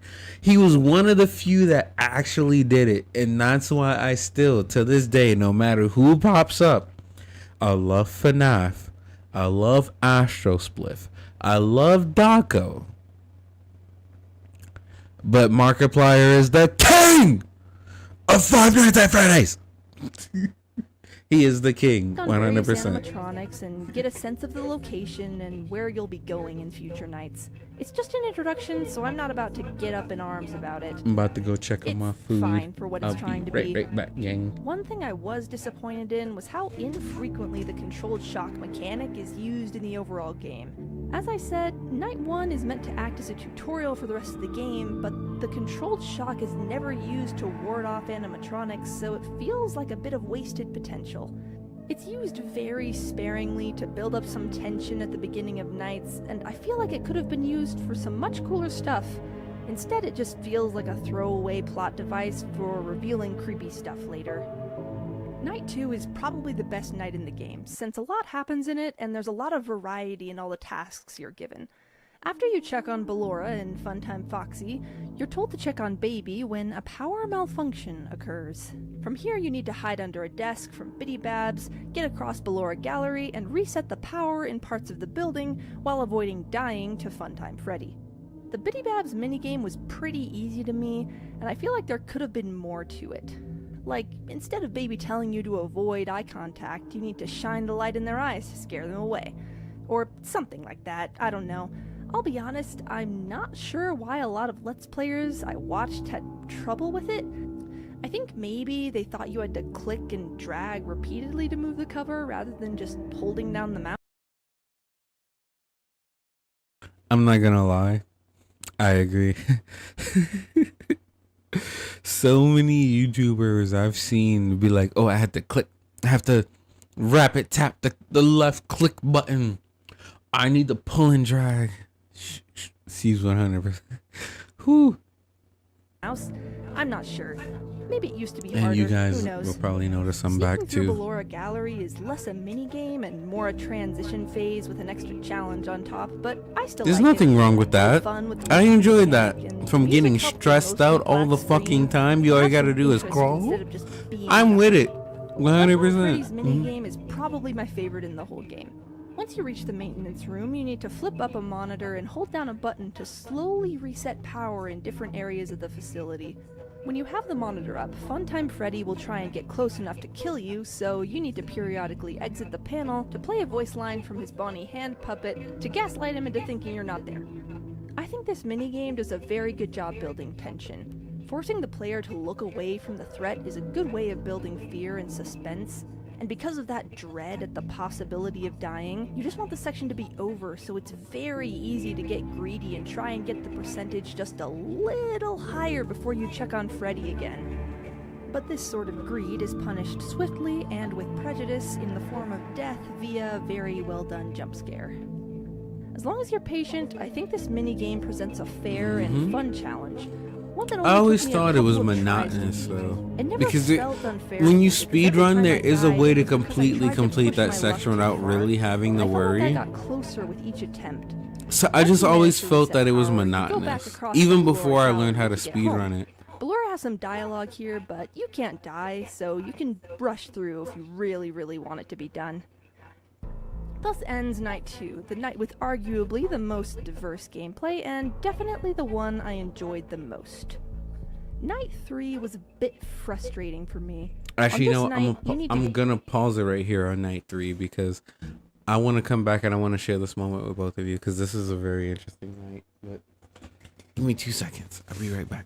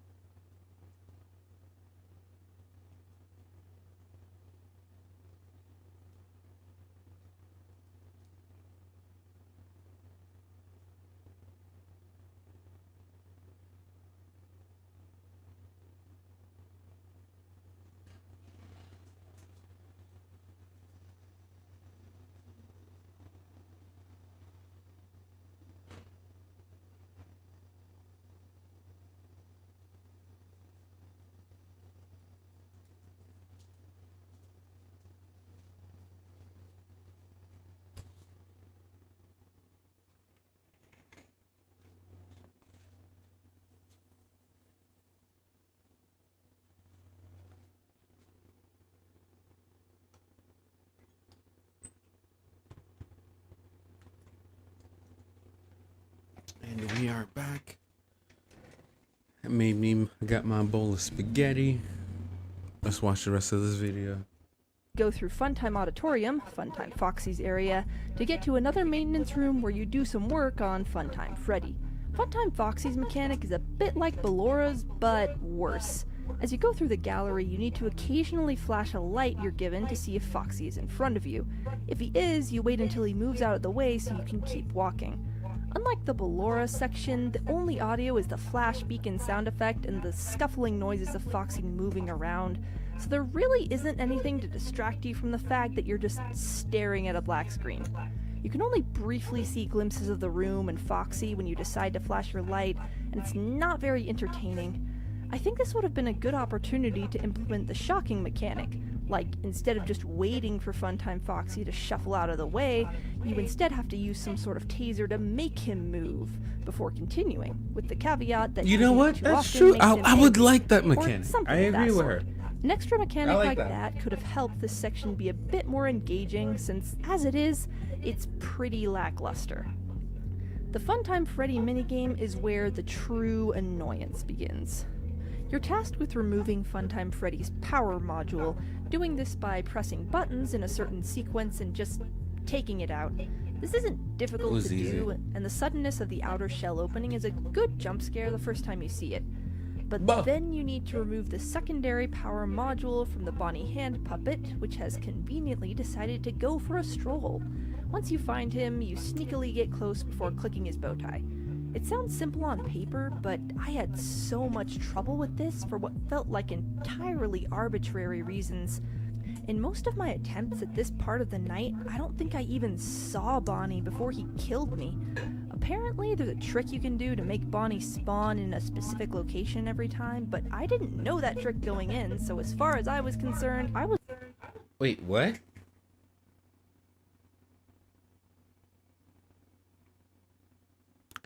I don't think I even knew this.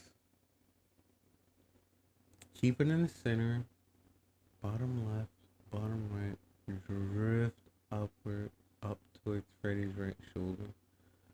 Huh.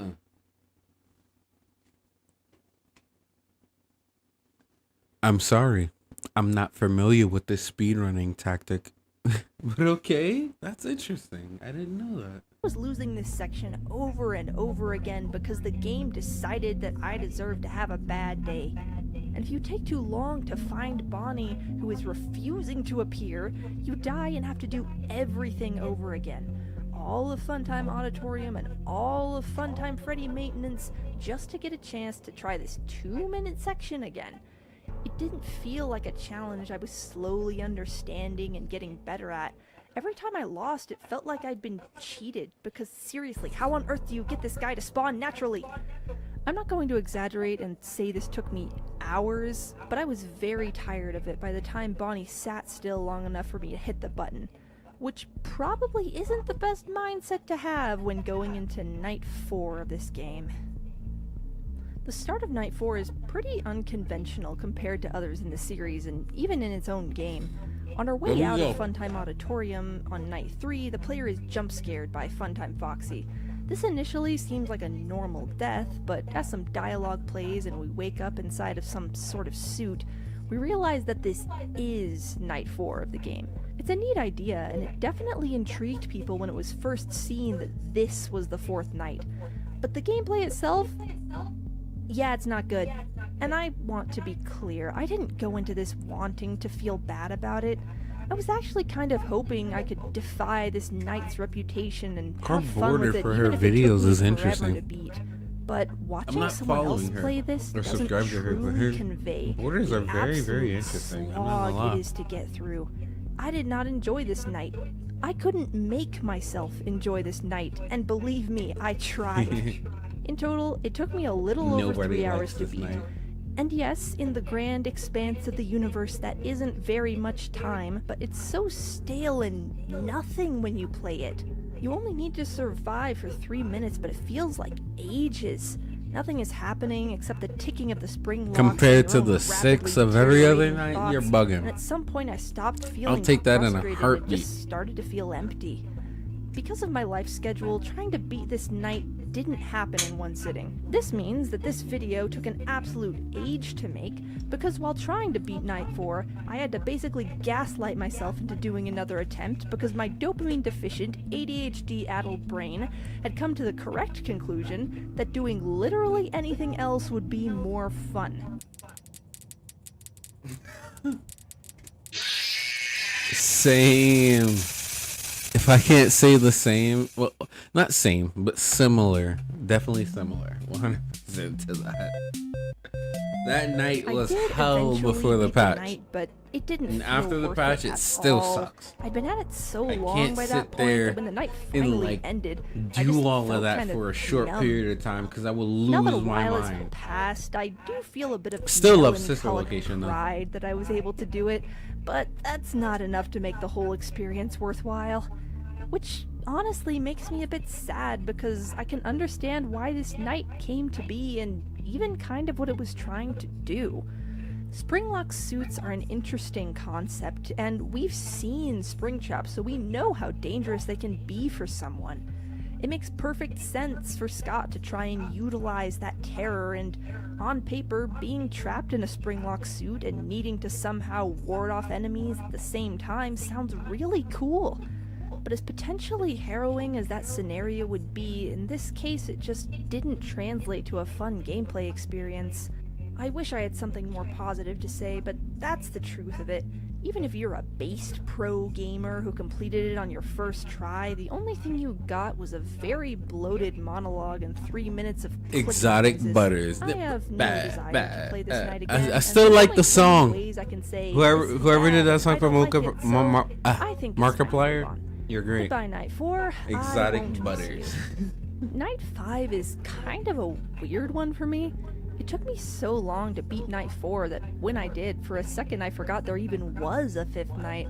And once that second was over, I really wasn't too jazzed about sticking with this game. Wait, I did hold my on. best to go into it with a good Hold on. attitude. Again, but I'm too fucked jazzed. up. Was a What fifth was that night. mean? So long to beat night What 4 meme that did when you I just did, put on for a this second thing, I forgot man? there even was a fifth night. Finishing And the once video, that second was finishing over, the I video, the really actual wasn't too final jazzed night. about Oh speaking my this God. game. I did my best to go into it with a good attitude, but Oh, night 4 Lord. really knocked the wind out of me. So though I did complete this night, it was more out of obligation than personal desire. You're told that you need to do some maintenance on Baby, so you travel across the Funtime Auditorium again to get to the maintenance room. It's pretty easy to do since this room is now empty because story reasons, although I wish this was communicated in some way because I can imagine someone playing this blind wasting a lot of time hiding from a threat that isn't there. Once you get to the other side, Hand Unit's instructions get overridden by Baby, and you need to do a keypad minigame before following her instructions to the auditorium so you can get your organs scooped out. Spoilers, by the way. The keypad minigame is very strange, and I don't like it at all.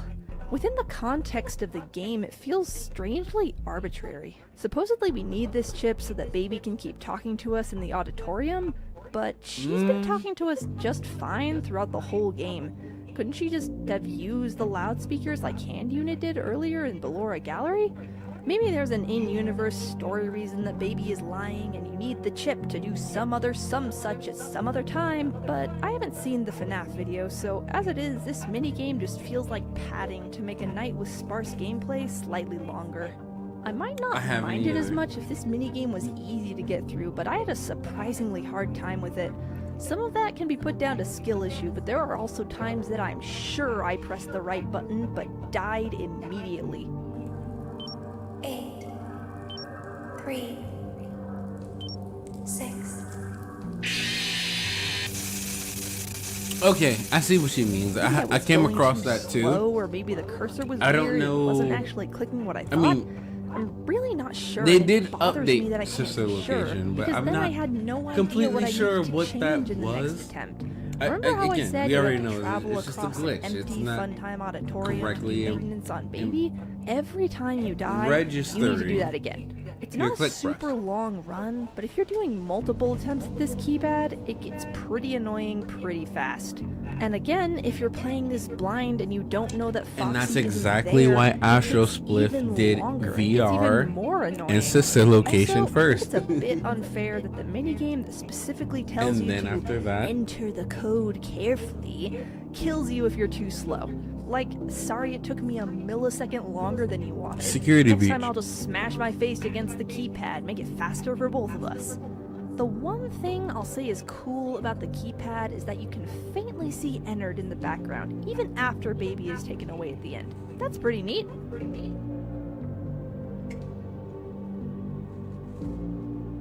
Anyway, back to Salt. Baby's instructions in the gallery. She tells you to go forward and left, which I interpreted as go forward a few steps and then also start going left. Apparently, you're supposed to just hold A and W Sorry. at the same time to go in the direction she wants. This tiny mistake killed me at least 3 times. And yes, I did want to chew my own hands off when I found out what I was doing wrong. The ending cutscene is kind of cool, but the tension of it is kind of overshadowed by logic. Like, my man Michael just sits there and lets himself die.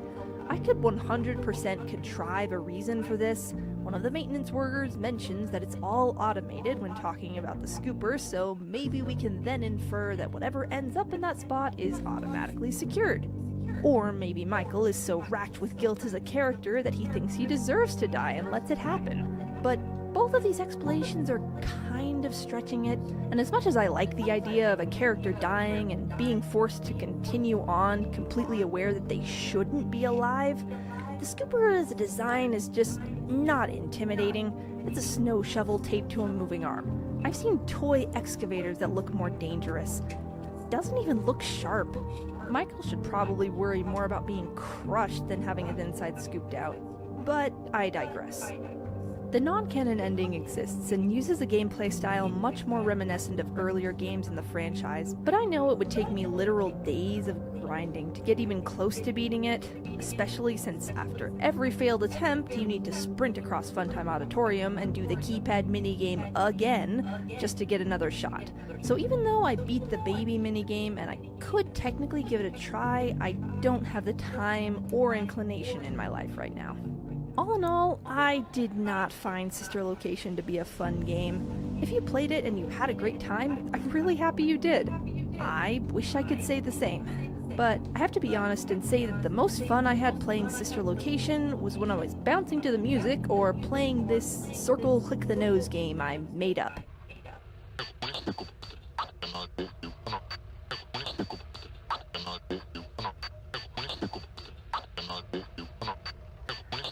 So, make of that what you will. I didn't know that. The next thing we'll be Holy talking about more shit. in depth is character That's a design. nice move. As I'm gonna excited do as I that am now. to talk I'm about definitely these doing guys, that now. I will admit that 100%. what we have in game is kind of bare bones. The character design sparked a lot of excitement and speculation, for good reason in some cases, but as far as personality and motivation, these guys are kind of thin on the ground. But hey, I've done much more with much less, so let's see what kind of cake we can make out of all these crumbs. Funtime Freddy and Foxy definitely suffer the worst from bare bones character syndrome, which is why I'm lumping them together. Tell me which is worse, getting no voice lines in the entire game, or literally living in a supply closet while everyone else gets some kind of show stage. Seriously, what do you guys think? Because personally, I think it's the first one. Yes, Funtime Foxy Yeah, was eventually Funtime given a Freddy voice in didn't get a Ultimate lot Custom of Night, but attention, that voice I is nowhere in this game. Because so we I'm already not knew counting it was already based Yes, off of having the Elizabeth. Biddy Babs whispering That's threateningly nothing was new. much more important than getting should a have voice known for that a walking version of one into of the it, most so I'm popular not characters surprised. in the franchise. Then again, having your face Well, I on the cover of wasn't the when I game played but it. not even getting a stage to stand on probably stings pretty bad too. Let me know in the comments which of these guys was thrown under a bigger bus. Again, my money's on Foxy, but I'm willing to talk about it. As far as character design, I like both of these guys. I wouldn't Foxy, consider either of them my definitely. favorite, We don't but see they're Foxy nice enough. barely at I all. do think Freddy stands a bit above Foxy thanks to the Bonnie hand puppet, which gives Freddy some more variety than just a different color and smooth now. Of course, this has the consequence of Bonnie not really being a character at all. Freddy and Foxy Damn. don't have a lot going on. I but keep Bonnie hitting didn't how even get a quickly color he palette dips switch, which is a from bit sad. from Although Freddy's he does get his hand. hilarious Oh, moment in God. the spotlight when Freddy chucks him at you in the custom night. My only sadness Yep, about yep, not yep. beating the secret night is that I didn't get to witness that firsthand.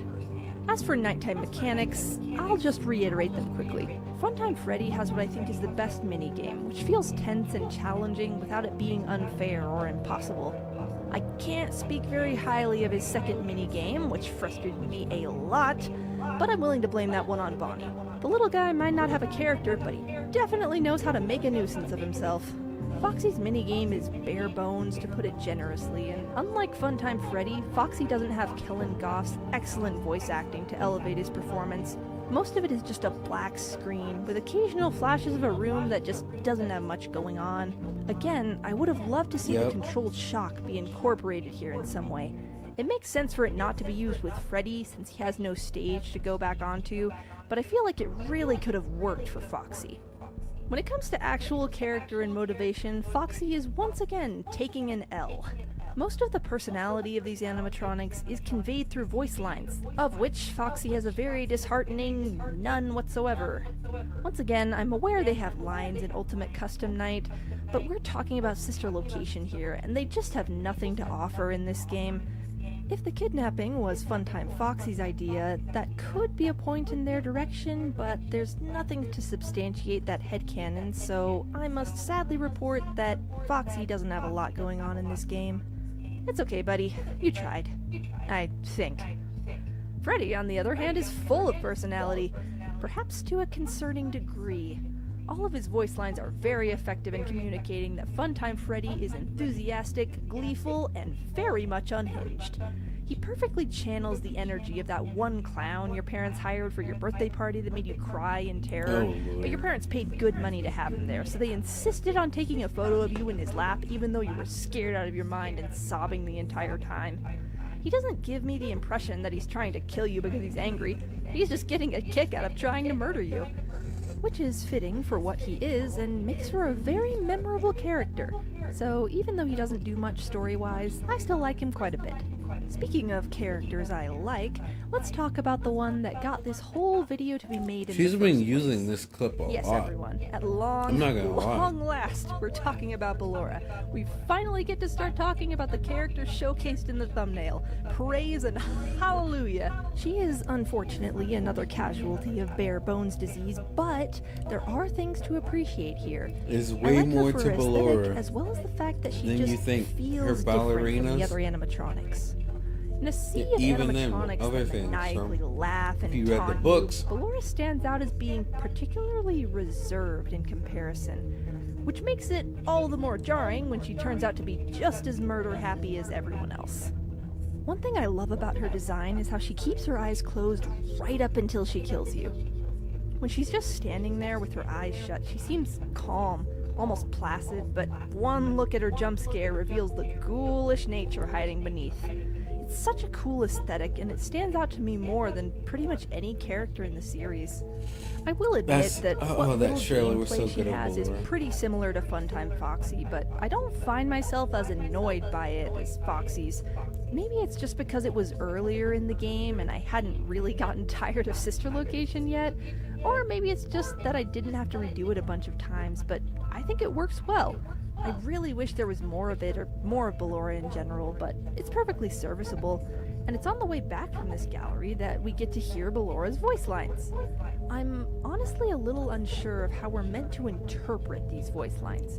Is she legitimately convinced that there's nothing You know what I there, or did remember she it's just called? decide to let us go this For like time? theatrical, These are the only like voice lines she has in the trailers game, when so it comes to we really video can't be games and sure. stuff like that. There's Vertical apparently slice. also a song that Ballora sings I think in I the might be game, got- but I think I might get it wrong. couldn't hear it Vertical at all when I slice was is playing, for and I'm not about to be demonstrating searching through the game gameplay. files for it. So we I forgot what unfortunately it don't meant. have a lot Horizontal on her when it comes slice to was personal for, like, motivation for trying to kill you. She does play a trailer role in a later showcase night, trailers. night 4, where she I serves may have the that live wrong. demonstration of how the scooper works. But they don't oh really Lord. use this night to tell us But anything those are more two about things her that I character. distinctly It's less than I remember would have from hoped for ING in the base game, teaching but me. hey, this whole video is about how she was underutilized, so I guess it's fitting that she doesn't have a lot of lines. We'll just have to wait till the changes section to see how she could have been expanded upon. And the last character we'll be looking at today is Baby, the big bad location. There isn't much to go over for gameplay since her one mini-game is the keypad, so I think let's just move on to the character bits. Baby is the ultimate mastermind in Sister Location. She uses cunning and charm to effectively trick the player into doing what she wants, only to pull the rug out from under them at the last minute in a pretty shocking twist. Is what I would say if any of that was true. See, Baby has the most dialogue out of any character in the game by a pretty significant margin, and it gives us a much clearer picture of her than we can get of anyone else. And it's incredibly clear to me that Baby thinks she's some kind of mastermind. She thinks she's clever and cunning and the puppet master pulling all the strings, but in reality, when you pull back the curtain and really look at what actually happens, it's a miracle that Baby's plan had any form of success. Baby has this entire speech claiming that she's the only one. who She's knows younger how than to 10 years play. old. What I do have you a pretty hard expect? time believing her. For all her talking, Baby doesn't actually do much in the game, and the things that she does do don't make a lot of sense when you remember her intended objective. There She's is a absolutely toddler. no What do reason you for her to expect? admit to kidnapping you Even on though night she 4. got First scooped, of all, Baby, Elizabeth is no, you still a didn't. toddler. Funtime Foxy is the one who jump scared us, so they clearly did all the work. And second of all, why would you claim responsibility anyway? It would have been much easier and more in line with Baby's motivations for her to blame the entire incident on them. And why did she even decide to kidnap you in the first place? Childlike Her got decision to do scooped. this destroys Elizabeth any chance of will thinking of her as a give, good like, guy, and Michael was already simple coming back each night very consistently, resolutions to so complex I have problems. no idea She's why still she a felt the need child. to do this. Even if you don't guess that a complete betrayal is coming on the next night, this kidnapping clearly establishes to the player that Baby is willing and ready to hurt you, basically eliminating any uncertainty about how we're meant to think of her. The only reason Baby's plan succeeds after this is because Michael's sense of preservation died along with his siblings. Literally anyone else would have run for the hills at this point. Later in the keypad minigame, she claims she needs to be careful not to move.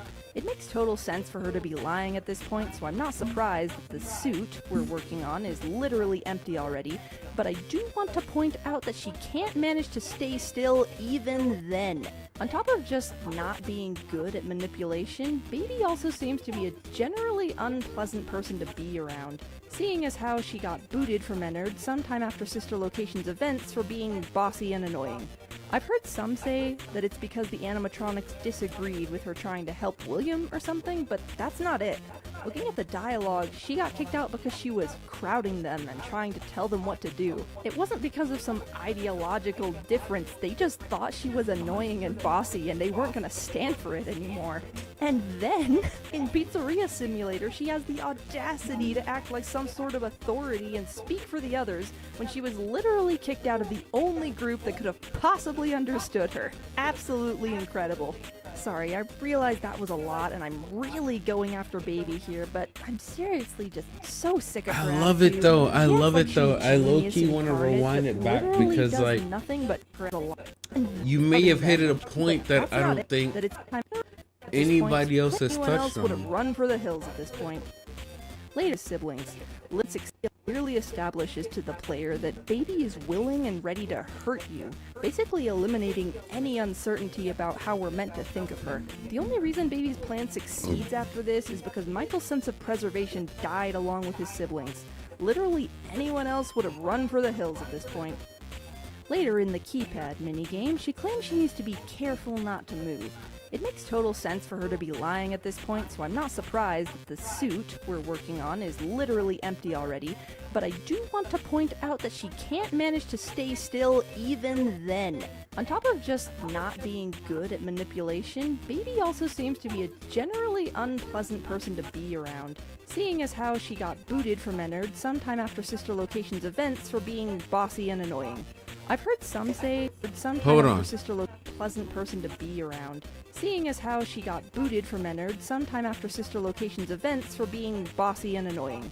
I've heard some say that it's because the animatronics disagreed with her trying to help William or something, but that's not it. Looking at the dialogue, she got kicked out because she was crowding them and trying to tell them what to do. It wasn't Hold on. Hold on, Chief.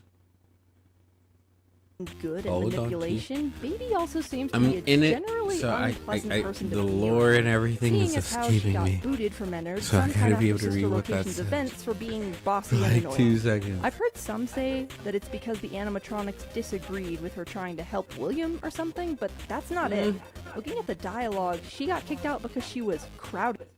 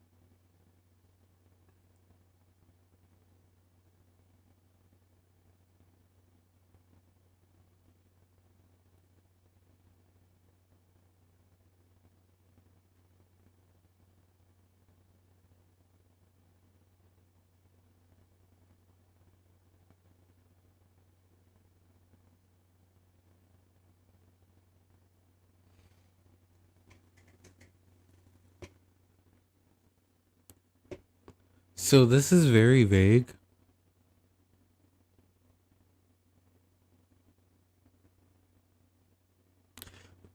Oh, Oh God, it sets the foundation for so much that Scott set up. But them and trying I don't. to tell Again, them what he to hasn't do. been thinking It about wasn't it from because jump. of some ideological difference. They just thought she was annoying and bossy, and they weren't gonna stand for it anymore.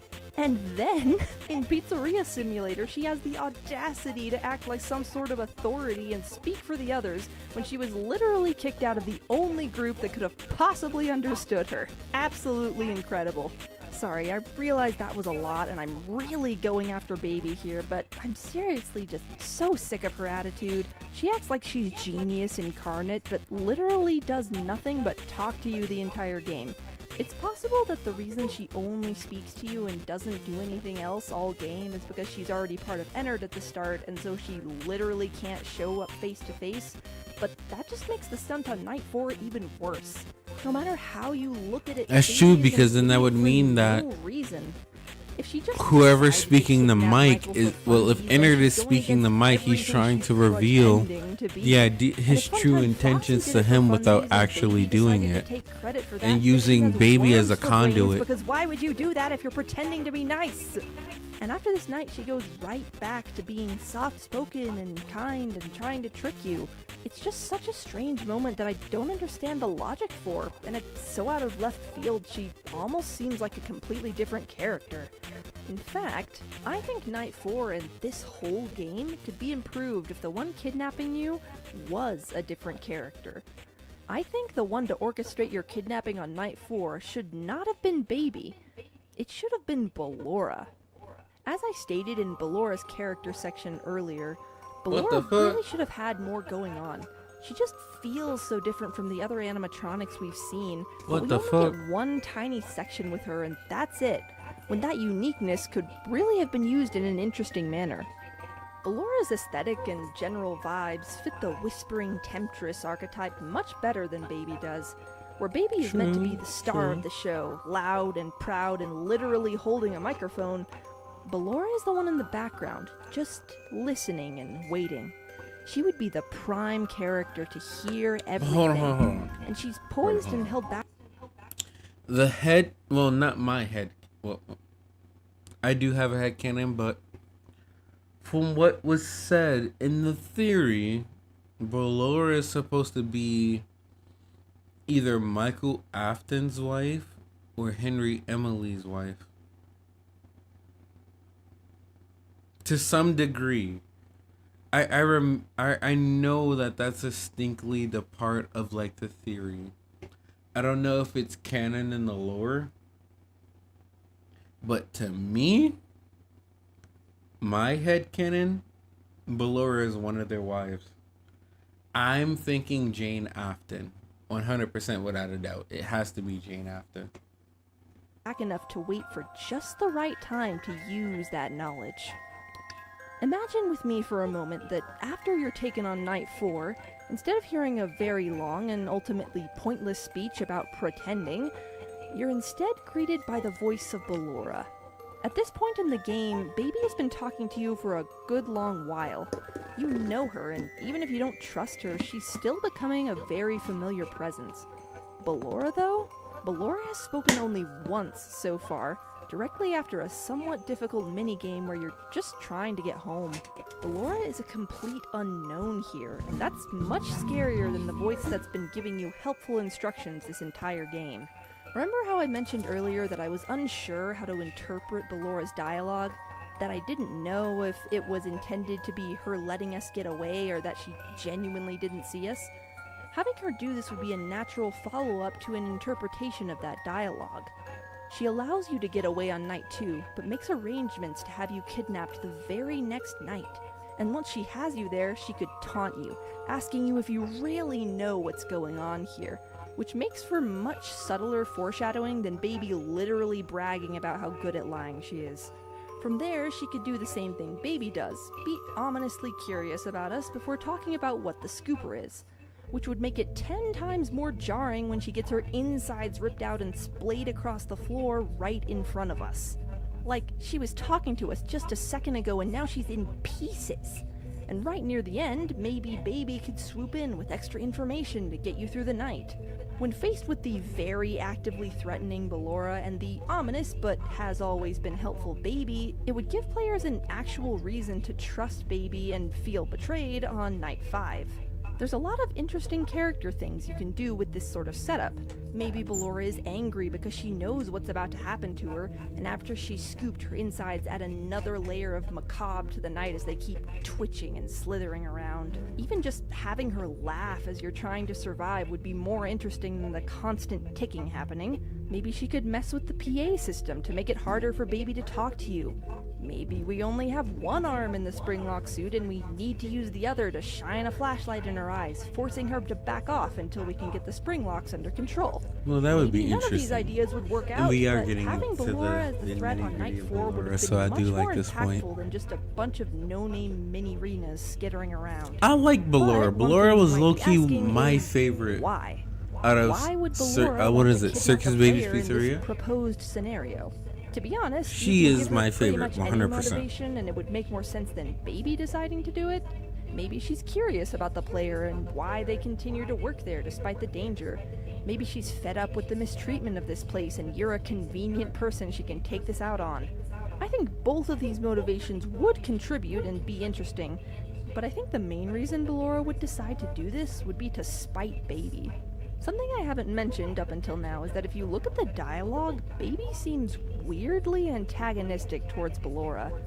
It seems like she takes pretty much every opportunity to be petty towards her. Like, 'Cause I in always her felt that forward Ballora tendencies, she puts great had emphasis on the seniority fact over that Baby. Ballora 'Cause never Baby is wins, Elizabeth. and that's That's why she's obvious. getting scooped today. Within the context of the scene, it just feels kind of weird. Like, dang, Baby, Ballora hasn't said anything to you. Why are you going after her like that? If it was just this one time, I think I could dismiss it, but this sort of thing happens a lot. Like, at the end of night 5, when we're about to enter the scooping room, and Baby puts special emphasis on Ballora being afraid of the scooping room. Even the fact that it's supposedly Ballora stalking you through Funtime Auditorium is weird. Why didn't Baby say you were being stalked by, I don't know, Funtime Foxy? We are literally in the Funtime Auditorium. Ballora doesn't even go here. Yes, there is a way to get to the scooping room from the auditorium, and likely vice versa, but the player isn't meant to know about this on a first playthrough. So, Baby choosing Ballora as the threat doesn't make sense if she's trying to convince you that things are normal. And within the universe, Michael wouldn't know about this vent either, since he always leaves through the actual entrance and hand unit says that he's not supposed to be there. Within the context of the in-game universe, it makes about as much sense as her warning the player to watch out for Funtime Freddy, who, friendly reminder, lives in a closet on the other side of the building. You could claim that Baby used Ballora as the threat because her scooped remains might explain Ennard's appearance if the player saw them, but that would imply that Canon Baby thinks things through, I kidnapped you.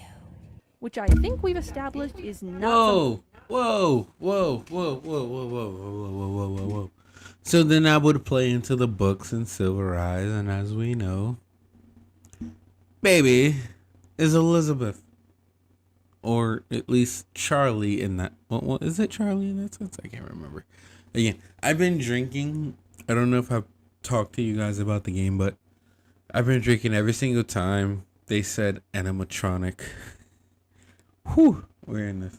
Or anything pertaining to like the animatronics themselves. So like Funtime, Baby. Well, not saying their name outright, but saying something similar to refer to them.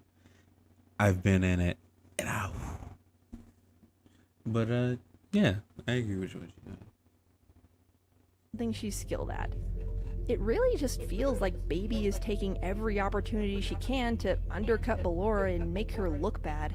It's just another weird thing in Sister Location that exists but is never expanded upon, which is sad for the main game but very useful for a reimagining. Ballora doesn't get enough dialogue for us to see if she feels a similar disdain for Baby, but we do know that the Funtimes later kick Baby I out of still the Cool remember Kids that Club on account of her minigame bad music. vibes and generally rancid attitude, so I think it's safe to assume that in our rework of events, Ballora would pick up on the passive aggressiveness and have a little bit of her own in return. Although the two of them are technically working towards a mutual goal of freedom, there is absolutely precedent for this interpersonal tension to be there. Animatronics working against each other isn't something we've really seen in the franchise except for maybe Security Breach. This conflict would have been interesting to explore and see play out, and it would have foreshadowed the eventual splitting up of Baby and the others, which is something that just sort of happens off screen between Sister Location and Pizzeria Simulator. Having the animatronics already griping with each other in this game would have made the eventual split feel more like a, yeah, that makes sense, instead of a, oh, I guess that happened at some point. I imagine it goes something like this. Baby has proposed the bunch of animatronics in a human trench coat plan to the Fun Times. They agree, but they don't really like how much she's tooting her own horn about it. Ballora, in particular, resents how much Baby is ragging on her, so she sets up a little plot of her own, kidnapping the night guard Baby has slowly been winning over and putting him in a terrifying and dangerous situation. And when Baby arrives, royally ticked off that Ballora has decided to do this, she can't truly yell at Ballora because Michael is literally right there, and it would go against her good guy persona to blurt all that out loud. Ballora would of course know this and plan for it to be that way, and she's thoroughly enjoying watching Baby seethe, while some of her other emotions about the situation leak through. From a player perspective, it would have first seemed like That's an Baby interesting desperately begging headcanon. a friend to see That is an reason, interesting but on a second headcanon. playthrough, you realize In that theory. Baby is just mad I that mean- Ballora didn't fall in line, and the tenseness of the situation is causing some actual anger and disgust to bleed through Ballora's smugness. And with this interpersonal conflict going on, it would make sense for Ballora to be the one threatening you in Night 5, since she's established herself as someone who wants you dead and is very willing to make the journey across the hall to make it happen. Hold on, So, to recap. right there. Not once you dead. I always thought, at least to me, that Ballora wanted to watch out for you. Out of all the animatronics, and at least the song that she sings, it's a song of somber and trying to, like, I would say, like, watch over people, an overwatcher. So I don't know if Ballora ever truly wanted to kill you. Same thing I can say with Funtime Foxy, because in these early games, as we know, Scott kind of neglected like Foxy, but when it came to Ballora was, at least to me in my head canon, Ballora is William's wife. She somehow is Mrs. Afton. I don't know how that works out, but in my head canon, that's her. Ballora is her, 100%. But we're not gonna get into. Let's finish this video. Having Ballora as your kidnapper on Night 4 strengthens the story by a pretty significant margin. Not only does it make both characters more interesting and sensible, it increases the intrigue and horror factor and foreshadows the later splitting up of the Fun Times. All in all, it's a fairly simple change that would be implemented mostly through dialogue, with maybe a few new PNGs if you're feeling fancy. What I talk about next won't be quite as straightforward. Throughout the video so far, I've really been making an effort to only talk about changes that could have been implemented at the time Sister Location was being made. Just tweaks mostly in story that could have been added to make the game more intriguing and sensible. It's in this section that things get much more speculative, because I'm going to be talking It's about to get different sticky. gameplay ideas as well as different story ideas. I'm keeping the basic framework of Baby versus Ballora because it's an interesting character dynamic that gives us a good foundation for drama and intrigue, and it foreshadows what happens to the Fun Times later. But the gameplay restructuring I'm proposing is one that would require a complete overhaul of the game, and it is much more work than just giving the voice actors a new script. Please bear with me, this is my time to throw spaghetti at a wall, and I have no idea what's gonna stick. My thought for a complete gameplay refiguring would involve changing the night guard from part-time to full-time. Rather than working 12 to 6, the hours are now 10 to 6. The extra 2 hours would be dedicated to animatronic repair and maintenance. The YouTuber Yeah mentioned an idea similar to this in his own video, suggesting that a player be given limited time to do tasks and only enough time to do some. I think that's a great idea, and one that could easily be integrated into this 8-hour night that I'm proposing. Whether or not it's timed, the point is that from 10 to midnight, the player is doing various mini-games with the fun times, similar to the ones we get in base game. Once 12 o'clock hits, the night guard must go to the safe room in Funtime Auditorium. The rest of the night plays out like a night in most FNAF games. You must fend off animatronics for 6 hours while preserving power and trying desperately not to die. But there's a bit of a twist. At the start of each night's office section, Hand Unit would give you the instructions on how to fend off the animatronics. And, just like in the original Sister location, Baby would come in afterwards to give you the real rundown on how to survive. For example, in the custom night of Sister location, Funtime Freddy's mechanic is that if he says, "Ready or not, here I come," you close the door on the side with that audio.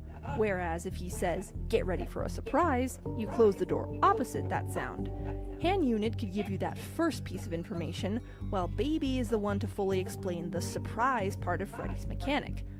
As I stated before, I didn't play Custom Night, so I can't speak for its quality, but the fact is that these assets exist, making me confident that something like this could exist and work fairly well. I think the player should still have to physically walk out after completing each shift. After having just completed a classic survive the night scenario, forcing the player to leave their only place of safety in order to go home would make for some great tension. And it would still allow for the Night 4 kidnapping to occur, since even though it fell flat in the main game, I hope I've established that it's actually a pretty cool idea that would allow for some very meaty Trying to character set myself interactions. up. Plus, the scripted I'm not gonna jump lie to scare you. lead into Night 4 I'm getting would ready be to 10 times as surprising and disorienting to the knock. player if every other night they just walked out of there no problem. One last thing this new structure would allow for in the game would be an actual choice regarding the endings. The safe room ending in the original Sister location is strangely convoluted to get. You need to complete a strange minigame and then run completely blind through the darkness, and if you actually get to the room, you're faced with a very difficult night that the game hasn't done anything to prepare you for. By contrast, this new structure of nights means that by the time Night 5 rolls around, the player is very familiar both with the mechanics and the location of the safe room. So when Baby tells you to follow her instructions in the auditorium, the player actually has a choice to make. With Baby having rescued you from Ballora just the night before, there is now a pretty good reason to trust her, at least on the surface. On the other hand, the player knows that this safe room can keep out any animatronic. So this is a good video.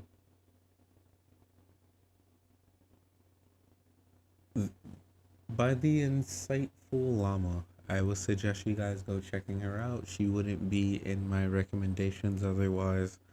But overall, I think I'm gonna call it here for you guys. Not only do I not want to stream, but I'm also getting pretty tired myself. Even if I spent these past few hours just talking to myself, hopefully at some point this is entertaining to somebody, and I hope you guys enjoyed your time. All right, make sure to like and subscribe, and I'll catch you when I do another live stream or something else happens. All of you, be safe, and I'll talk to you again sometime.